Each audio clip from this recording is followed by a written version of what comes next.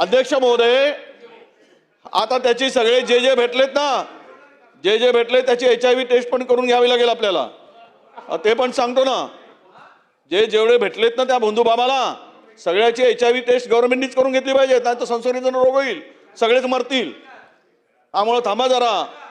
अध्यक्ष महोदय, या अशोक खरात या बंधू बाबांनी जे महाराष्ट्रामध्ये हा बंधू बाबा हा ज्योतिष्य सांगतो, काय सांगतो, देवाचा अवतार सांगतो आणि अनेक जवळपास 100च्या वर याचे कारनामे पुढे आले, त्याचे व्हिडिओ क्लिप पुढे आलेले आहेत.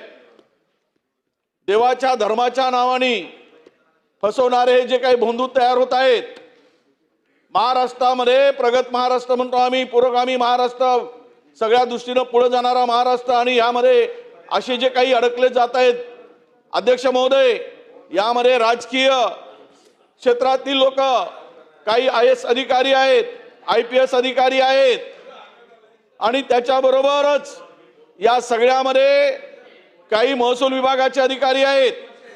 आणि या सर्व अधिकाऱ्यांनी मिळून अध्यक्ष महोदय जे काही त्यांच्या बरोबर खरं तर या सर्व जे भेटलेत, जे व्हिडिओ क्लिप आलेत, व्हिडिओ क्लिपमध्ये आलेत, व्हिडिओमध्ये आलेत, त्या सर्वांचे CDR मोबाईलचे चेक केले पाहिजे.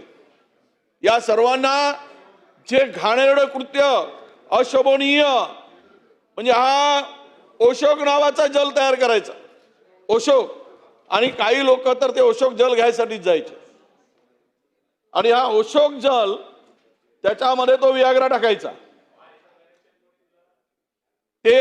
ते सुद्धा तुम्हाला माहित आहे. त्यावेळेस गुलाबरावजी, त्यावेळेस ते कोण देणारे होते, कोणाचा आग्रह होता ते पण मानायला लागलो ना, तर मग चुकीच्या दिशेने जाईल.